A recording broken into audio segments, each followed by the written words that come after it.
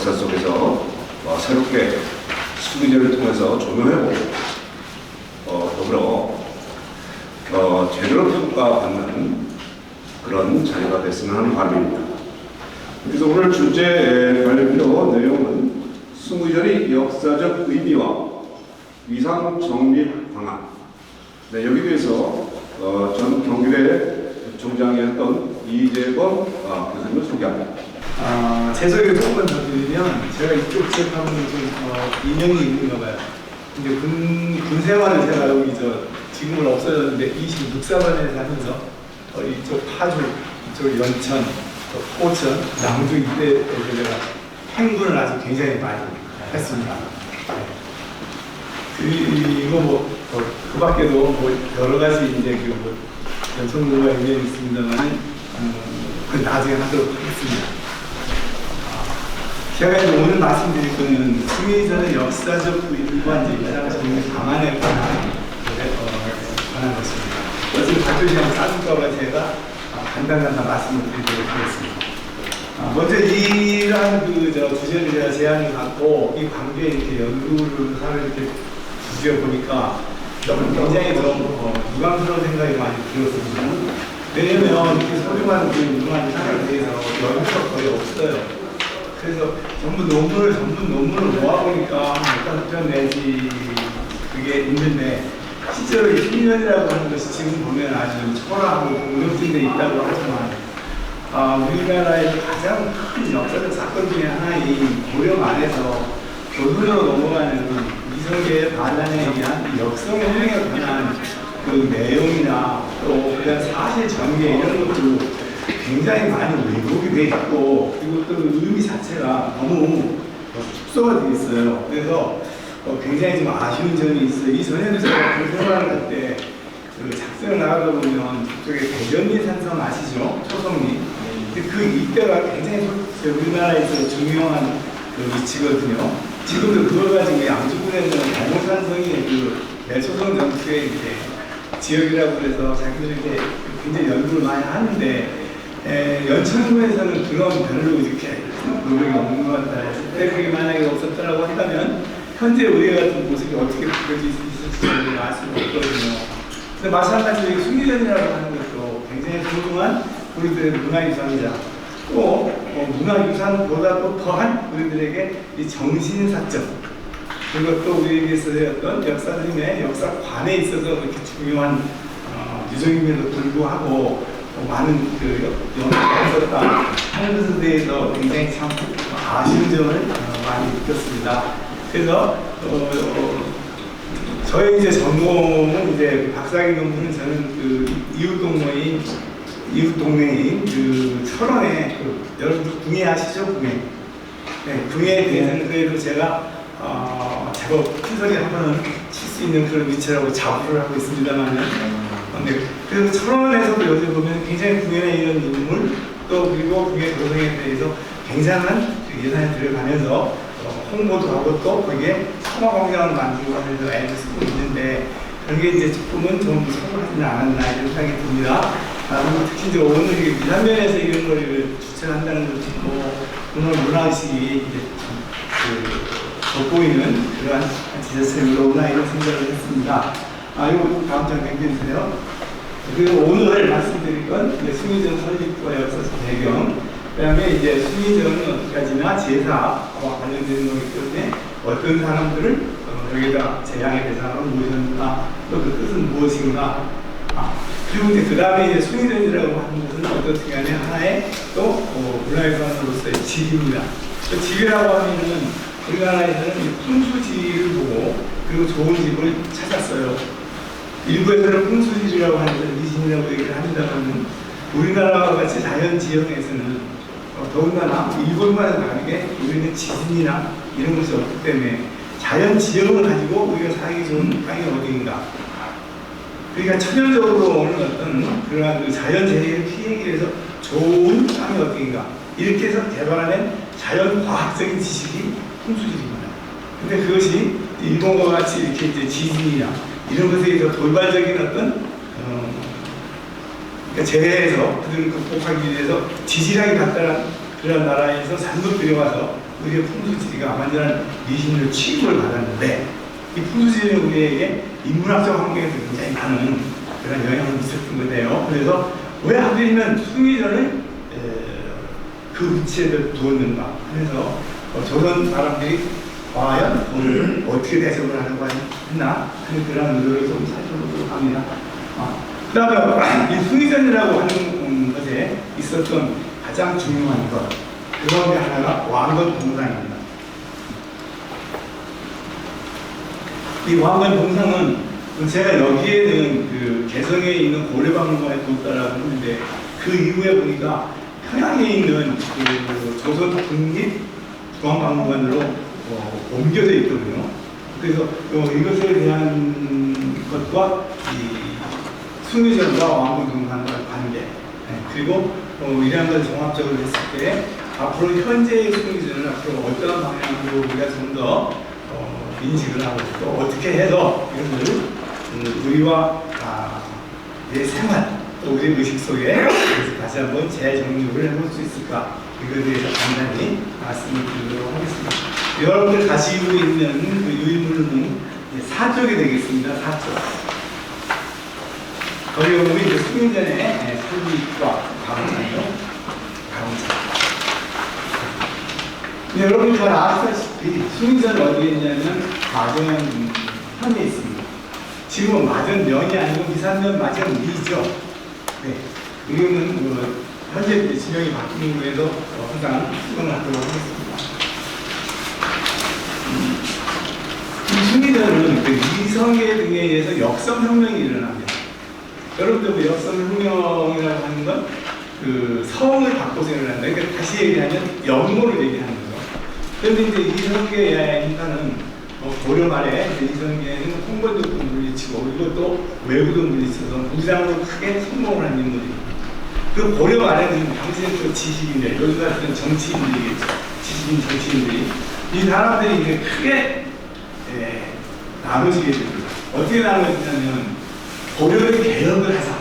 근데 고려를 개혁을 하는데 어떻게 개혁을 할까? 방법은 다 각각이 제시를 합니다만 크게 두 부류로 나눠지는 게 고려를 아예 없애버리자, 이놈의 나라를. 응? 이렇게 해도 되겠느냐?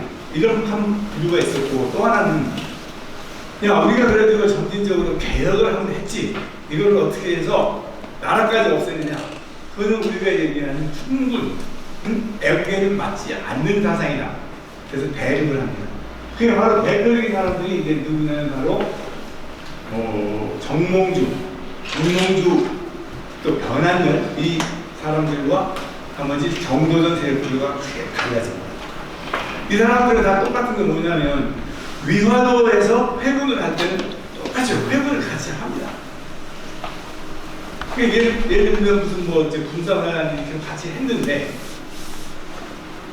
정도전의 사람들은 아예 핑명을 하자. 핑명은 원래 이제 맹자사상에서 나오는 건데 그걸 없애버리자. 정몽주는 나는 그렇게는 못한다. 그래서 결국에 극단적으로 위화도 회군을 한 다음에 정도전과 이 세력에 의해서 무참하게 죽임을 당하는 게 정몽주 세력입니다. 그리고 나서 이제는 더 이상 자기들의 정적이 없는데 어떻게 하면 이 고려 왕조를 고려인들에게 나쁜 기운을 주지 않고 이것을 받아들이까, 그렇게 해서 만들어낸 게 여러분들 4쪽에 보면 밑에서부터 6번째 쪽입니다. 거기 이제 폐가입진이라고 하는데 이 뜻은 가짜를 없애고 진짜를 세운다는 뜻이에요. 그러면 이때 가짜는 무엇이냐? 이거는 공민왕의 아들인 우왕, 또 우왕의 아들인 창왕을 가짜로 만든다. 그리고 만들어낸 게 누구냐면, 왜 그럼 우왕이 가짜냐? 우왕은 공민왕의 아들이 왕씨가 아니라 공민왕이 가장 애숭배했던 신하인 신돈의 아들이다. 그러므로 그렇게 해서 우왕과 창왕을 왕위에서 폐위를 시켜버리거든요. 그럼 왜 그러면 이 얘기가 나올 수가 있었느냐? 신돈이 이제 주지를 했던 저희 수원에 있었어요. 근데 이제 공민왕이 마음이 울적하거나 그러면 백길도 그쪽으로 자주 가서 신돈의 절에 절에서 놀기도 하고 그리고 돌아오는데 그 절정 중에 하나가 반야라고 하는 여자가 있었어요. 굉장히 마음에 들어하니까 신돈이 여자를 공민왕에게 줍니다. 근데 여러분들 잘 아시다시피 공민왕에게는 노공주하고 사이에 애가 없었죠, 그죠? 여러분들 뭐 다 아시잖아요, 야사로라도. 그런데 와가지고 환자가 얼마 되지 않아가지고 애기를 했어요. 그래서 이게 낳은 아이가 모니노라고 하는 우왕이 됩니다. 그렇게 해서 나중에 아이를 낳지도 못하는 공민왕이 어떻게 해서 아이를 낳겠느냐? 그거는 이미 신돈의 씨가 반야를 보면서 그것이 잉태된 것이 공민왕에게 와서 아이를 낳은 것이다. 이렇게 해서 이성계집판은 해석을 해요. 그렇게 해서 이제 우왕을 해결시킵니다. 그리고 또 우왕은 이때 이제 또 어떤 일을 벌이게 됐냐면 자기가 믿는 신하에게 칼을 주고 이성계에서 저놈들 유혹을 하고 그렇게 했더니 이 사람이 자기가 믿는 신하에게 갔더니 이 신하가 가서 그대로 이성계에게 고해봤어. 그렇게 해서 결국에 강화로 추방을 당하게 되고 그의 아들인 청왕을 왕을 세웠기 때문에 이 둘은 다 신돈의 씨다. 그렇게 해서 폐해를 시켜버리고 진짜를 세웠는데 이제 그 사람이 바로 공양왕. 공양왕은 원종의 16세손이 되는데 그렇게 함으로 해서 진짜 왕실을 세웠다. 그래서 가짜를 폐하고 진짜를 뒀다라고 해서 고려의 왕실을 뭉겨버려요. 그리고 나서 공양왕을 위협을 해서 공양왕으로부터 선양을 받습니다. 완전히 이제 무력으로 해서 정계를 완전히 장악을 하고 나서 그리고 나서 공양왕으로부터 선양을 받아요. 선양이라고 하는 것은 어진 왕이 어진 신하에게 자기 후손이 제대로 없을 때 물려주는 아주 성이 다른 역성이긴 하지만 그것은 무력이나 반란을 통하지 않고 아주 이상적인 하나의 왕이 되는 방법이라고 육아에서는 얘기를 하고 있는데 이런 방법으로 이성계는 자기가 왕이 가죠. 그리고 나서부터 실권을 장악하고 나서 무엇을 하게 되냐면 왕씨들을 줍니다. 길간 왕씨가 있으면 노른자리에서 달라고 그러고 그 왕씨들을 집단으로 강화도하고 저쪽 거제도까지 몽땅 귀향을 보내요. 그리고 그때 얼마나 많이 사람들을 죽였냐면 그때 이제 최영도 물론 이전 죽였고 그리고선 이 사람들을 얼마나 죽였냐면 지금도 개성 사람들한테는 그때 그것이 이렇게 이제 구성이 돼서 내려와요. 제가 이제 그때 만원대 개성에 만원대 발굴 보고를 받으러 이제 3번 개성을 갔다 왔는데 거기 가면 이렇게 이제 외빈들을 이렇게 맞이하는 장소가 있어요. 그래서 거기 이제 음식을 이렇게 서빙해주는 그 문화가 이제 여기는 지금도 이시조선에 대해서 이렇게 원한이 있느냐 그렇답니다. 그러면서 이제 제가 물어본 건 개성에 이제 거기 가면 덕물산이라고 있는데 거기에서 몇 마리를 이제 구슬해요. 구슬을 하고 그 다음에 이제 구슬하면 금당이 이제 주먹만 고기를 하나씩 나눠주는데 이 고기 이름이 뭐냐면 성게고기예요. 성게. 그럼 누구한테 제사를 지내? 최영 장군 사장에게 최영한테 제사를 지내고 이 고기를 주는 거예요. 제육을 하나씩은 이게 성게육이에요. 성게고기. 그리고 나서 이성계 사십듯이 이거를 씹어먹으라는 이런 얘기예요. 그래서 1930년대까지 또 이제 일본에서 조선 단수보고서에 나오는 얘기고. 근데 제가 최근에 간 게 3년 전이었나, 4년 전에 모르겠는데, 그때 가가지고 또 거기 이제 어머니한테 들은 얘기는 이런 겁니다. 여러분들 왜 개성 떡은 조랭이 떡국이라고 그래가지고 가늘어가지고 통통통통 썰잖아요. 그 통통통통 썰는 게 뭘 썰는지 아세요? 이성계 모가지 치듯이 쓴답니다. 떡을 이렇게 저희들 이렇게 썰잖아요. 조랭이 떡을 통통통통 쳐가지고 그리고 그 다음에 이제 만두를 빚을 때 이런 식으로 되게 빚잖아요. 근데 계속 만두는 깎고 빚는데요. 왜 그러느냐? 이 이성계 이거 뒤에 이렇게 포승줄 거꾸로 매가지고 예성강에 빠뜨려 죽여야 된답니다. 그게 아직까지도 개성에는 남아있는 그 역사용에 대한 거거든요. 그래서 개성 사람들은 조선시대의 과거를 안 봅니다.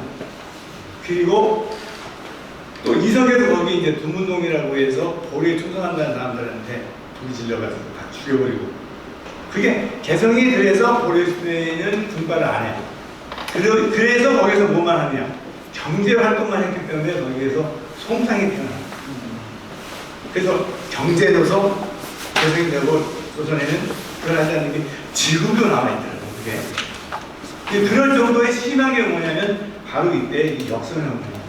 그러니까 왕씨랑 왕씨는 거의 지금, 그러니까 왕씨는 전부 뭐 전시로도 성을 고치고 모로도 고치고 모로도 고치고, 그래서 성을 고치면서 자기들이 능력해서 이제 삶을 살게 됐다. 근데 그러한 역사적 배경하에서 이 수리쟁이 나오는 거죠. 그래서 너무 민심이 흔들어지니까 뭔가 그러면 얘들에게 고려인의 자존심을 심어주고 우리가 너희들하고 화해를 한다고 하는 제스처를 보여줘야 되겠다. 그게 바로 순위전의 역사적 배경이 되는 거예요. 자, 그러면 뒤를 이제 다시 한번 얘기해 주세요. 바로 이제 여기서 제가 말씀드린 역성혁명파가 그래서 이제 난관을 이제 처하게 돼요. 유아도까지 같이 왔는데 여기서 정몽조, 변환전 등은 우리는 고려에 충성을 해요. 그래서 정몽조 단신과 또 다음에 이제 변환전은 불구가 니네들한테 절대 굴복하지 않아. 그래서 다 찾아온다. 그렇게 해서 이제 다시 이제 그 사람들이 하게 된 게 뭐냐면, 그다음에 권세자들은 자기 집안에서 이제 병사들을 무장을 시켜가지고 그런 사병들이 있었거든요. 개인 병사들이. 그래서 이 사람들은 전부 방언이가 주동이 돼서 이 사람들을 사병들을 폭발을 시키고, 그리고 나서 이제 왕실을 살해하는 변명을 하기 위해서 이제 이색 또는 그다음에 이제 뭐 성송님, 하륜 이런 온건 개혁자들을 데리고 모세할 것이냐. 그러면 유교적 명분에 따라서 이 전 왕조는 멸망시키되 전 왕조의 제사를 끊어서는 안 된다 라고 하는 명분에서 거론에 대해서 만든 게 수리전입니다. 이게 그래서 이제 마전은 이쪽에 이제 에다가 이제 그 얘기를 하게 되고, 그래서 이제 처음으로 누구를 여기다 올릴 거냐. 그래서 여기 보면 이제 폐설, 해종, 성종, 현종, 문종, 원종, 충유랑 공유랑을 참인 8분을 이제 제사를 지내다.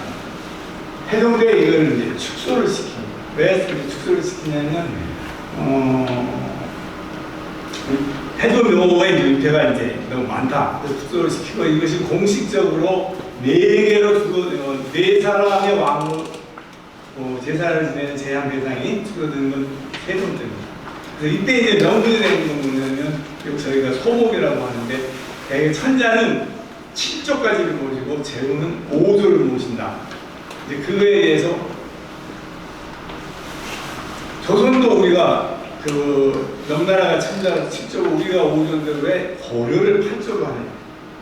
그래서 7조로 하는 거죠. 그래서 이때 이제 5조보다 적은 4조를 줄이게 됩니다. 그래도 이 고려인들의, 지금은 조선인이 됐지만 이 고려인들의 그러한 민심을 제대로 다스리지 못하게 되는 거죠. 그래서 제사를 통해서 명분을 쌓는 겁니다. 그러니까 굉장히 수미전이라고 하는 게 여러분께서 이제 느끼셨겠지만 고려와 조선을 열어주는 하나의 역사적 고리가 되는 겁니다. 달래주는 거죠, 이거를. 그렇게 해서 이제 문종 때, 이때가 되면 이 제사를 그럼 누가 지내느냐? 나라가 지내느냐? 아니라 왕씨 후손이 지내도록 해라. 그래서 이제 왕씨 후손을 이제 찾게 되는 거죠. 그리고 여기 마정이 그전까지는 현이었는데, 면이라면 이제는 군으로 규모가 큰 것도 아니고 바로 그거를 그대로 한 단계 행정 단위를 실적을 시켜주게 돼요. 그래서 마정 군이 됩니다. 근데 나중에 이 마정군이라고 하는 건 여기가 사람도 없고 좀 여기가 궁벽 써서 없애버리려고 해도 숭이 전이 있기 때문에 여기는 없애서는 안 된다. 그러니까 하나의 명분상으로 이 분을 지탱해 주는 것이 숭이 전이 됩니다. 그 다음에 여러분들이 굉장히 이제 의미 있게 이제 그런 걸 보셔야 될 게 여기 이제 숭이 전이라는 거죠. 그러면 여기에서 왜 여기를 전이라고 했느냐?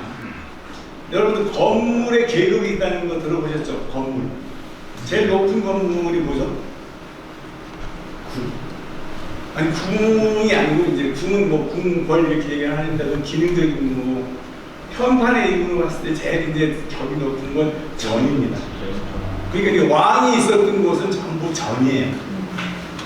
그렇기 때문에 전하가 돼요. 그럼 그 다음 건 뭐겠어요? 각하. 전이 있고 무슨 각이 있죠. 그럼 거기에 따라서 저기에 들어가는 사람은 그냥 이품관이 대장이냐? 그럼 각이 되는 왕이 들어가는 것은 전이 돼요. 지편 전은 뭐냐? 거기서 일을 하는 사람 학사들인데 거기에 누가 들어가죠? 왕이 들어갑니다.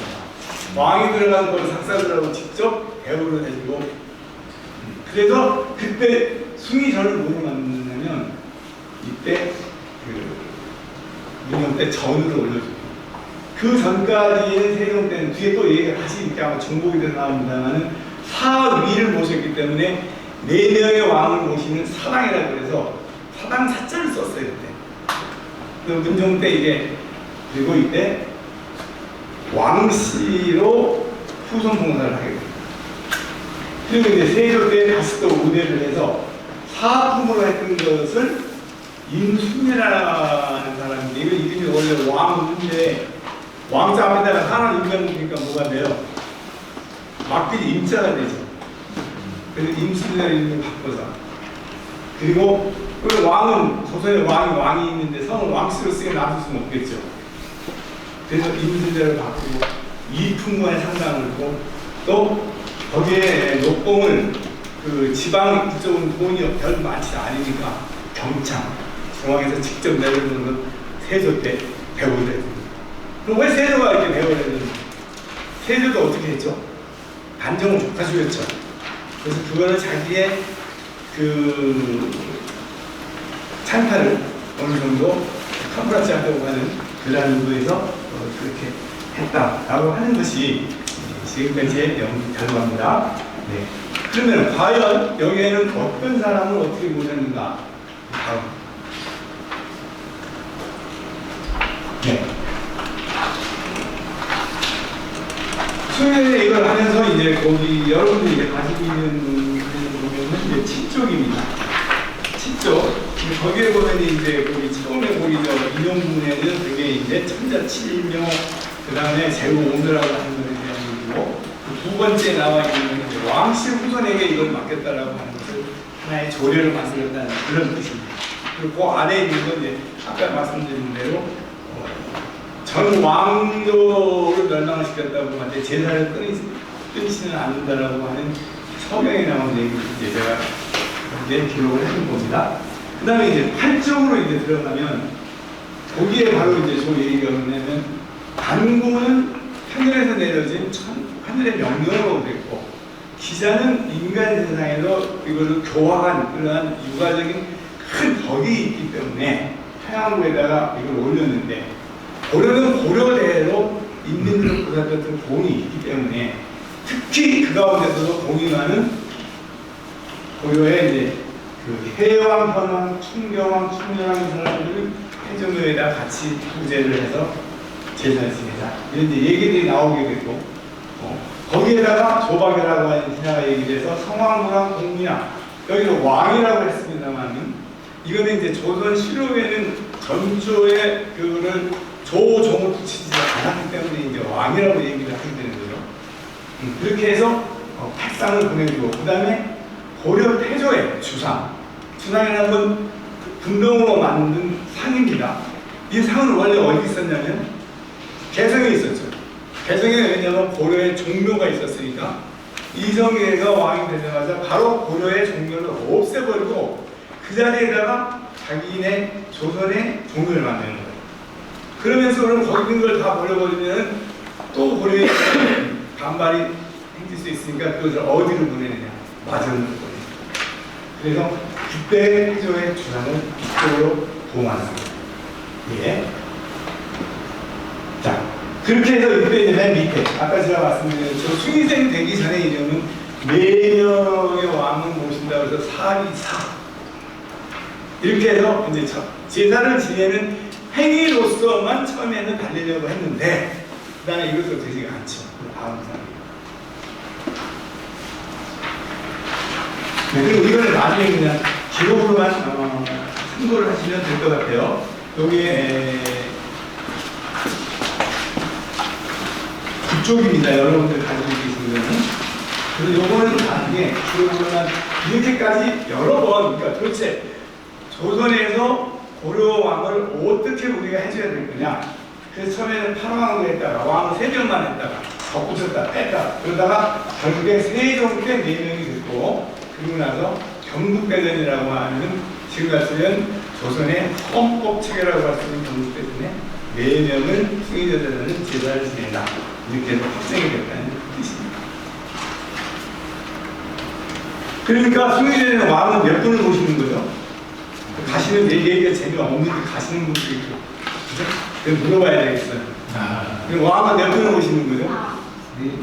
네 분을 모시는 것이 조선에서 법제화가 됐다는 뜻입니다.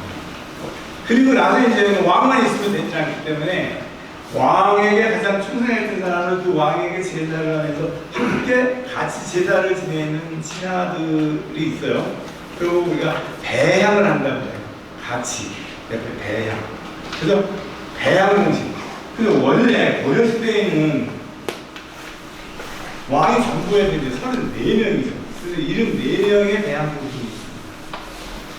그런데 여기에는 그것과는 전혀 다르게 조선식으로 고려의 대항공신을 다시 정해요. 그러니까 숭의전 대항신이죠. 그래서 원래 왕과 함께 그 대항을 받는 사람들은 문묘라고 여러분들 아시죠? 종묘, 대항공신이 되거든요. 그래서 여기에서는 74명인데 여기에서는 16명만을 하게 돼요. 그 16명은 이제 11쪽에 보시면 나옵니다. 여기는 한자로 했습니다만 여기 특징은 전부 대부분 국난국보 정몽주 맨 아래에 있는 정몽주 혹은 한 분만 빼고 나면 나머지 대부분들은 문관도 있고 무관도 있는데 대부분 우리에게는 무관으로 알려진 사람들이고 거란적으로 부딪혔거나 아니면 고려 개국공신이거나 아니면 여진적으로 부딪혔거나 이런 분들로만 구성이 되어 있습니다. 그래서 그것을 조금 이제 상세하게 얘기를 해준 것이 앞에 그 10쪽에 보면은 여기에 이제 이분들에 대한 간단한 얘기를 했고 한국나라가 그리고 밀린 모양입니다. 이 토가 먼저 나왔어야 되는데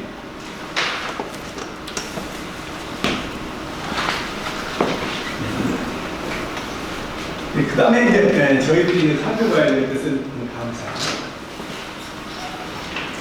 이거 다시 한번 말씀을 드릴까요? 고려 4대 왕인데 우왕, 창왕은 이게 가짜왕. 그 32명이잖아요. 근데 맨 마지막 왕인 공양왕은 이성계에게 살해가 됐기 때문에 그리고 자기 왕위를 물려줬기 때문에 거기에 함께 모실 공신이 없잖아요. 그래서 결국에 31왕, 74명만 나오게 됩니다. 그리고 맨 아래 보면 그래서 태조 때 인선종 때 4인, 임종 때 4인, 원종 때 16명으로 전부 탄생했습니다. 다음. 요거는 이제 아까 말씀드린 대로 여러분들 가지고 있는 유인문의 11조의 내용과 같은 것입니다. 다음으로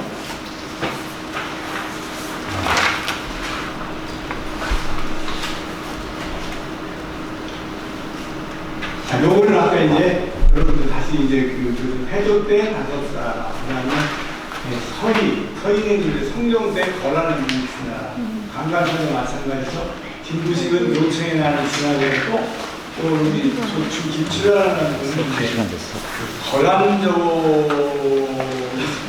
시간지에 또 수도 같은 데 이제 일진하거나 그래서 한번 그냥 그 이름을 참고하십시오. 다음에는 이제 수리전의 풍수지리적 위치. 이게 그 양평이나 은평이나 정보 살기 좋은 땅이 가야 되는데 여러분들이 다 가보셔서 알지만 수리전은 어떤 곳에 있어요? 넉넉합니까? 아니면 가시면 답답합니까? 뭐 요즘에 또 같이 함께 이렇게 밥살 가면요 거기서 이렇게 주상설 약간 보이고 그래서 경치 좋다고 그러잖아요, 그죠? 근데 그 당시에는 누가 거기 경치를 보고 갔을까요? 어디 가가지고서 여러분들 그 얘기 많이 들으시죠? 풍수지리를 얘기할 때 그 조상들, 저 후손들이 발독을 못하게 하려면 어디에다가 묘를 써야 됩니까? 흉지에다가 써야 되는 거예요. 그리고 우리 후손들이 발복을 하게 되려면 어디에다가 묘를 써야 됩니까? 뒷지에다 써야 되는 거예요. 그래서 흥선대원군이 어떻게 했어요? 지 아들 왕 만들려고.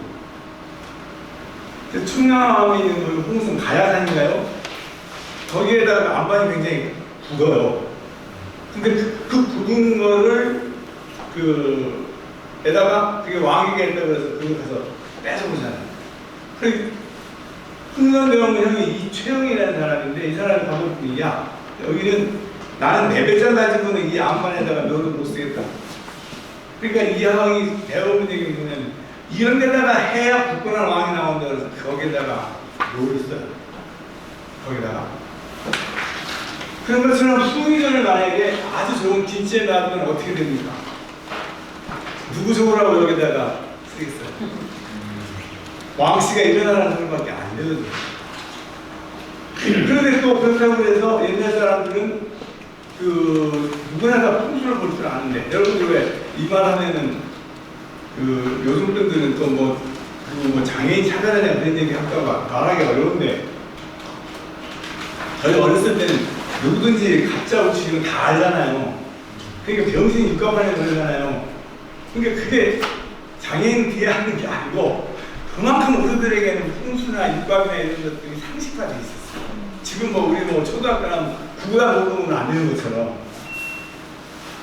그렇기 때문에 풍수를 잡되 아주 형국이 작은 데를 잡아요. 그래야지 발동을 못하잖아. 좌측량 우복은 다 갖추는데 근데 넓지 못하고. 그러니까 조건은 다 주되 앞으로 더 이상 발복을 하지 못할 곳을 잡은 것이 이쪽 마지막이에요. 그러니까 거기 이제 저도 여기를 풍년 여러 차례 오긴 했습니다. 답사를 지역 지명을 잘 모르긴 하는데 이번에 마침 보니까 풍수지리로 본 풍년의 위치에 대해서 논문이 있더라고요. 박사님 논문을 썼던데 거기에 보니까 이렇게 이제 결론을 내놨어요. 그래서 거기 이렇게 보니까 아미산이라고 있네요.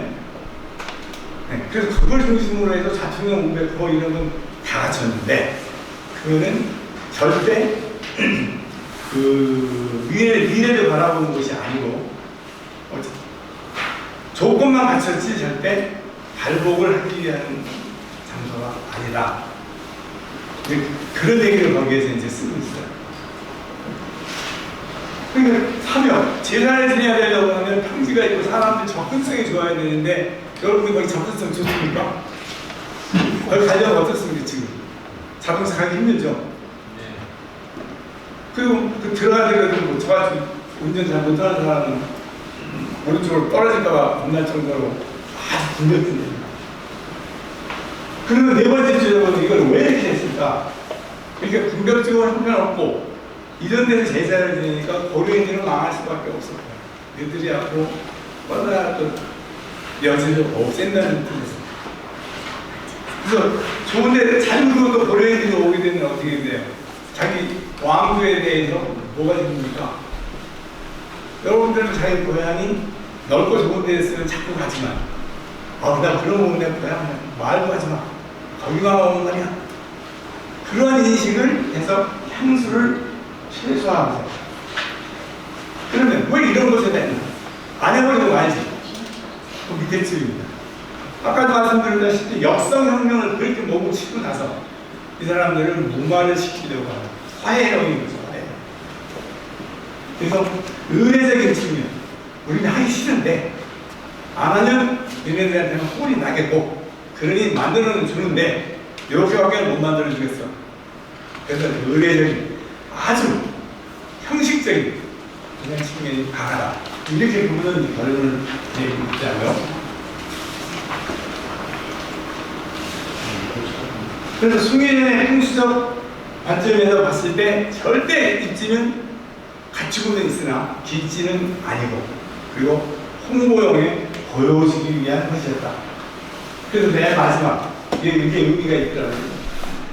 풍수적 특징을 구비는 했지만 형식적이고 영구만 가치로 하는 조선 건국 세력들의 실제 이 숭례전은 중종 때 이후가 되면 그전까지 이렇게 아까 세조 때 막 이품치까지 불렀지만 그 다음에 유야무야해지고 별 의미가 없어집니다. 그전까지는 전이라고 하는 이름을 내리면서 국가의 제사의 하나를 했지만 그 이후서부터는 이것이 크게 나타나지 않는다. 이것도 역사의 사실이고 중종 때가 되면 벌써 이제 어느 정도 무마가 되겠죠. 그죠? 새 왕조에 대한 것이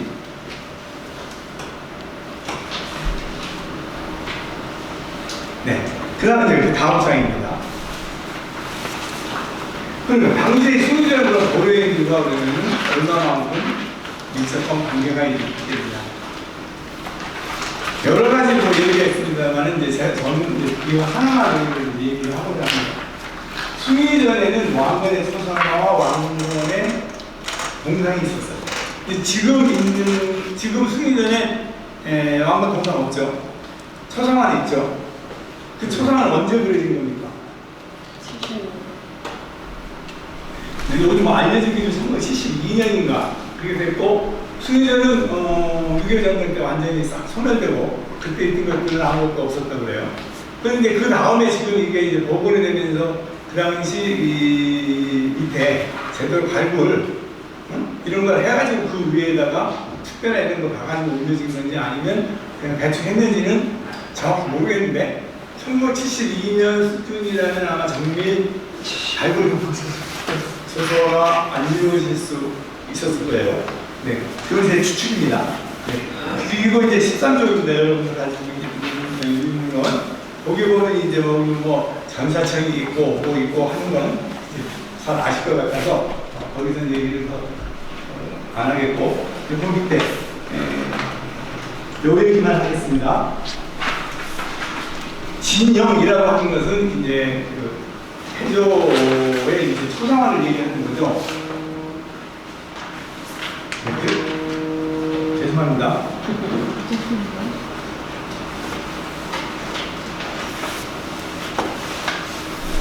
그리고 이제 지금 있는 거는 어떤 모양입니까? 이제 그 면류관을 쓰고 얼굴이 쭈글쭈글하고 아래쪽이 툭 튀어나오고 봐가지고 그렇게 여러분들 이렇게 호남 인상은 아니죠. 그죠? 그 사진을 보면 저도 인물에 자신을 가질 수가 있어요. 무슨 말씀인지 아시겠죠? 그만큼 그렇게 이렇게 존경하는 사람을 왜 그 모양으로 그려놨어요?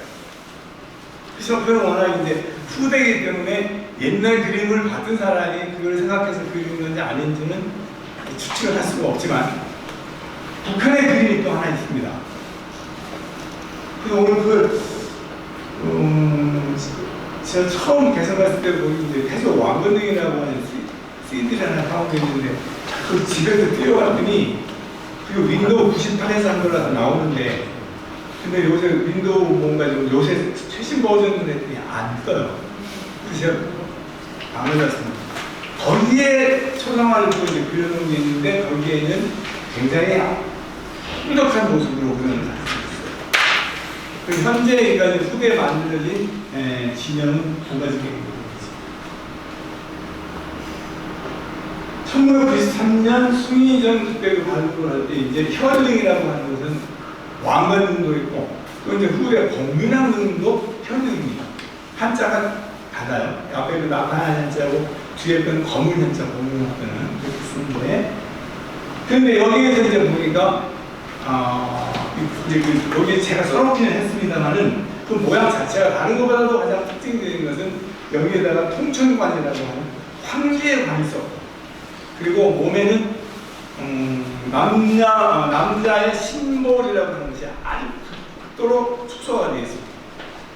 그래서 전에 우리 한국에 한번 잠깐 대여를 받아서 봤을 때 그때 뭘 했냐면 여기에다가 치마로다 덮었어요, 아랫도리를.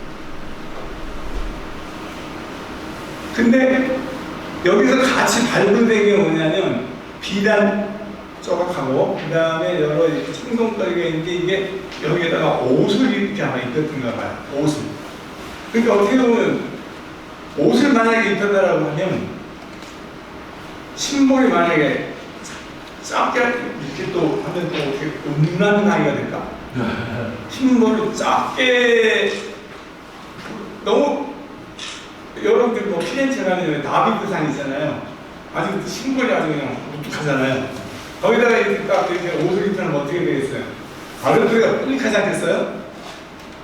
근데 이것은 원래 옷을 입혔다라고 하면 아랫도리 더군다나 왕건이면 정말 왕건인데, 고깃국에서 이거 하나 던져도 왕건인데 왕건 입기 또 심볼이 이게 그래서 아마 없애버렸다 이렇게 추측을 하고 그 대신에 옷을 입히는 흔적이 있어요. 그 주 48회요. 네. 밑에 두 번째가 송기 그런 까지요? 까지 풀리는 가지가 있고. 까지. 근데 무슨 말이지? 근데 그게 아주 작게. 그게 거의 흔적이 없을 정도로. 그러니까 여기다가 옷을 입혀놓은 것이거든요. 네. 그래서 근데 머리에는 뭘 쓰고 있는 황제의 관이 평천사를 쓰고 있다는 얘기입니다. 그래서 이것이 이제 발견돼서 그 당시에 북한은 왕건릉 발견과 함께 그 주변에서 이것이 발견이 된 거죠. 이게 그 본문 안에서 발견된 건 아닙니다. 왕건 본문 이렇게 안에 들어가면은 거기에는 저기 있어요. 사신도가 들어가 있어요. 그게 고구려 영향을 받았다는 거예요. 거기 굉장히 이제 그 사신도가 고구려 것처럼 크지는 않습니다. 근데 그러면 이것이 그러면 언제 갔겠느냐? 바로 세종 때 조선도 태조의 조선 태조 이성계의 동상이 없습니다. 왜 동상이 없느냐?